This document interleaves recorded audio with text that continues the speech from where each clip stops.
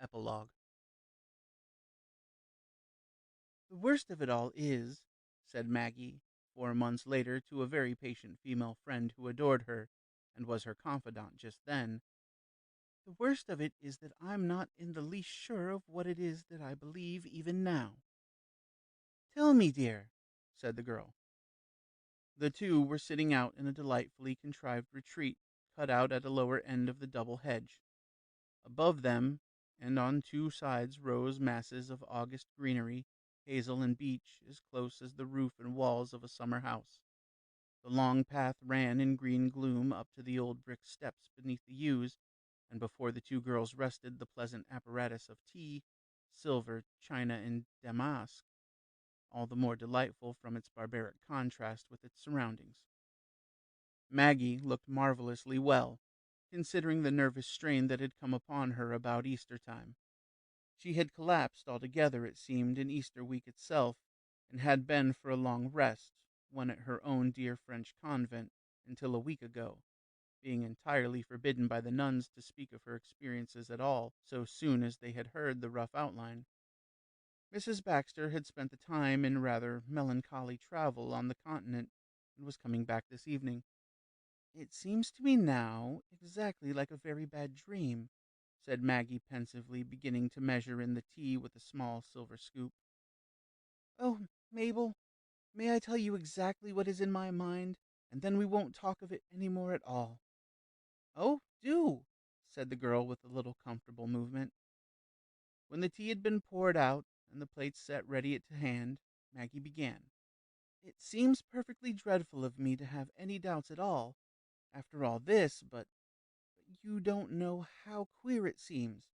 There's a kind of thick hedge," she waved a hand illustratively to the hazels beside her, "a kind of thick hedge between me and Easter. I suppose it's the illness, the nuns tell me so. Well, it's like that. I can see myself and Laurie and Mr. Cathcart and all the rest of them like figures moving beyond, and they all seem to me to be behaving rather madly, as if they saw something that I can't see. Oh, it's hopeless. Well, the first theory I have is that these little figures, myself included, really see something that I can't now. That there really was something or somebody which makes them dance about like that. Yes, that's not grammar, but you understand, don't you? Well, I'll come back to that presently. And my next theory is this. Maggie sipped her tea meditatively. My next theory is that the whole thing was simple imagination, or, rather, imagination acting upon a few little facts and coincidences, and perhaps a little fraud, too. Do you know the way, if you're jealous or irritable, the way in which everything seems to fit in? Every single word the person you're suspicious of utters all fits in and corroborates your idea. It isn't mere imagination. You have real facts of a kind, but what's the matter is that you choose to take the facts in one way and not another. You select and arrange until the thing is perfectly convincing, and yet you know in 9 cases out of 10 it's simply a lie. Oh, I can't explain all the things certainly. I can't explain, for instance, the pencil affair, when it stood up on end before Laurie's eyes, that is, if it really did stand up at all. He says himself that the whole thing seems rather dim now, as if he had seen it in a very vivid dream. Have one of these sugar things.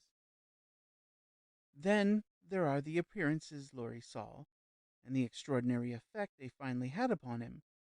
Oh, yes, at the time, on the night of Easter Eve, I mean, I was absolutely certain that the thing was real, that he was actually obsessed, that the thing, the personality, I mean, came at me instead, and that is somehow I won. Mr. Cathcart tells me I'm right. Well, I'll come to that presently. But if it didn't happen, I certainly can't explain what did. But there are a good many things one can't explain, and yet one doesn't instantly rush to the conclusion that they're done by the devil. People say that we know very little indeed about the inner workings of our own selves. There's instinct, for instance. We know nothing about that except that it is so. Inherited experience is only a rather clumsy phrase, a piece of paper gummed up to cover a crack in the wall. And that brings me to my third theory. Maggie poured out for herself a second cup of tea. My third theory I'm rather vague about altogether, and yet I see quite well that it may be the true one. Please don't interrupt till I've quite done. We've got in us certain powers that we don't understand at all. For instance, there's thought projection. There's not a shadow of doubt that that is so. I can sit here and send you a message of what I'm thinking about, though vaguely, of course. It's another form of what we mean by sympathy and intuition. Well, some people think that haunted houses can be explained by this. When the murder is going on, the murderer and the murdered person are probably fearfully excited, anger, fear, and so on. That means that their whole being is stirred up right to the bottom, and that their hidden powers are frightfully active. Well, the idea is that these hidden powers are almost like acids or gas. Hudson tells us all about that, and they can actually stamp themselves upon the room to such a degree that when a sympathetic person comes in years afterwards, perhaps, he sees the whole thing just as it happened. It acts upon his mind first, of course, and then outwards through the senses, just the reverse order to that in which we generally see things. Well, that's only an illustration. Now my idea is this. How do we know whether all the things that happened, from the pencil and the wrappings and the automatic writing, right up to the appearances Laurie saw, were not just the result of these inner powers? Look here. When one person projects his thought to another, it arrives generally like a very faint phantom of the thing he's thinking about. If I'm thinking of the Ace of Hearts, you see a white rectangle with a red spot in the middle. See? Well, multiply all that 100 times, and one can just see how it might be possible that the thought of Mr. Vincent and Laurie together might produce a kind of unreal phantom that could even be touched, perhaps. No, I don't know. Maggie paused. The girl at her side gave an encouraging murmur. Well, that's about all, said Maggie slowly. But you haven't. Why, how stupid. Yes, the first theory. Now that just shows how unreal it is to me now. I'd forgotten it. Well, my first theory, my dear brethren, divides itself into two heads. First, the theory of the spiritualists. Secondly, the theory of Mr. Cathcart. He's a dear, Mabel, even though I don't believe one word he says. Well, the spiritualist theory seems to me simple R-O-T rot. Mr. Vincent, Mrs. Stapleton, and the rest really think the souls of people actually come back and do these things, that it was really and truly poor dear Amy Nugent who led Laurie such a dance. I'm quite certain that that's not true, whatever else is. Yes, I'll come to the coincidence presently. But how can it be possible that Amy should come back and do these things and hurt Laurie so horribly? Why, she couldn't if she tried. My dear, to be quite frank, she was a very common little thing, and, besides, she wouldn't have hurt a hair on his head. Now for Mr. Cathcart. There was a long pause. A small cat stepped out suddenly from the hazel tangle behind and eyed the two girls. Then, quite noiselessly, as it caught Maggie's eye, it opened its mouth in a pathetic curve intended to represent an appeal. "You darling!" cried Maggie suddenly, seized a saucer, filled it with milk, and set it on the ground. The small cat stepped daintily down and set to work. "Yes?" said the other girl tentatively. "Oh, Mr. Cathcart. Well, I must say that his theory fits in with what Father Mahan says, but theology doesn't say that this or that particular thing is the devil, or has actually happened in any given instance, only that if it really does happen, it is the devil. Well, this is Mr. Cathcart's idea. It's a long story, you mustn't mind. First, he believes in the devil in quite an extraordinary way. Oh, yes, I know we do too, but it's so very real indeed to him. He believes that the air is simply thick with them, all doing their very utmost to get a hold of human beings. Yes, I suppose we do believe that too, but I expect that since there are such a quantity of things like bad dreams that we used to think were the devil, and now only turn out to be indigestion, that we're rather too skeptical. Well, Mr. Cathcart believes both in indigestion, so to speak, and the devil. He believes that those evil spirits are at us all the time, trying to get in at any crack they can find, that in one person they produce lunacy. I must say it seems to me rather odd that way in which lunatics so very often become horribly blasphemous and things like that, and in another just shattered nerves and so on. They take advantage, he says, of any weak spot anywhere. Now, one of the easiest ways of all is through spiritualism. Spiritualism is wrong, we know that well enough. It is wrong because it's trying to live a life and find out things that are beyond us at present. It's wrong on the very lowest estimate, because it's outraging our human nature. Yes, Mabel, that's his phrase. Good intentions, therefore, don't protect us in the least. To go to seances with good intentions is like holding a smoking concert in a powder magazine on behalf of an orphan asylum. It's not the least protection. I'm not being profane, my dear. It's not the least protection to open the concert with prayer. We've got no business there at all, so we're blown up just the same. The danger? Oh, the danger's this. Mr. Cathcart says, at seances, if they're genuine, and with automatic handwriting and all the rest, you deliberately approach those powers in a friendly way, and by the sort of passivity which you've got to get yourself into, you open yourself as widely as possible to their entrance. Very often they can't get in, and then you're only bothered. But sometimes they can, and then you're done. It's particularly hard to get them out again. Now, of course, no one in his senses, especially decent people, would dream of doing all this if he knew what it all meant. So these creatures, whatever they may be, always pretend to be somebody else. They're very sharp. They can pick up all kinds of odds and ends, little tricks and little facts, and with these they impersonate someone whom the Inquirer is very fond of, and they say all sorts of pious, happy little things at first in order to lead them on. So they go on for a long time saying that religion's quite true. By the way, it's rather too odd the way in which the Catholic Church seems the only one they don't like. You can be almost anything else if you're a spiritualist, but you can't be a Catholic. Generally, though, they tell you to say your prayers and sing hymns. Father Mahan the other day, when I was arguing with him about having some hymns in church, said that heretics always went in for hymns. And so you go on. Then they begin to hint that religion's not worth much, and then they attack morals. Mr. Cathcart wouldn't tell me about that, but he said it's just as bad as it could be if you didn't take care. Maggie paused again, looking rather serious. Her voice had risen a little, and a new color had come to her face as she talked. She stooped to pick up the saucer. Dearest, had you better? Oh, yes, I've just about done, said Maggie briskly. There's hardly any more. Well, there's the idea. They want to get possession of human beings and move them, so they start like that. Well, that's what Mr. Cathcart says happened to Laurie. One of these beasts came and impersonated poor Amy.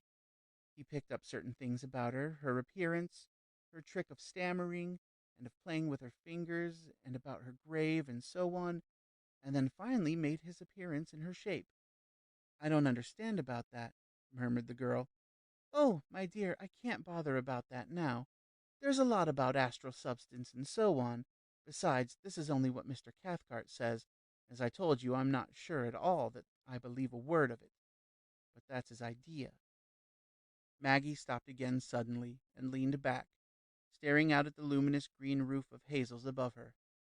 The small cat could be discerned halfway up the leafy tunnel, swaying its body in preparation for a pounce, while overhead sounded an agitated twittering. Mabel seized a pebble and threw it with such success that the swaying stopped, and the reproachful cat face looked round at her. There, said Mabel comfortably, and then, well, what do you really think? Maggie smiled reflectively. That's exactly what I don't know myself in the very least. As I said, all this seems to me more like a dream, and a very bad one. I think it's the nastiest thing, she added vindictively, that I've ever come across. I don't want to hear one word more about it as long as I live. But, Oh, my dear, why can't we be all just sensible and normal? I love doing just ordinary little things. The garden and the chickens and the cat and dog and complaining to the butcher. I cannot imagine what anybody wants with anything else. Yes, I suppose I do in some sort of way believe, Mr. Cathcart. It seems to me, granted the spiritual world at all, which naturally I do grant, far the most intelligent explanation, it seems to me intellectually far the most broad-minded explanation because it really does take in all the facts, if there are facts, and accounts for them reasonably. Whereas the subjective, self-business, though it's frightfully clever and ingenious, but it does assume such a very great deal. It seems to me rather like the people who say that electricity accounts for everything. Electricity!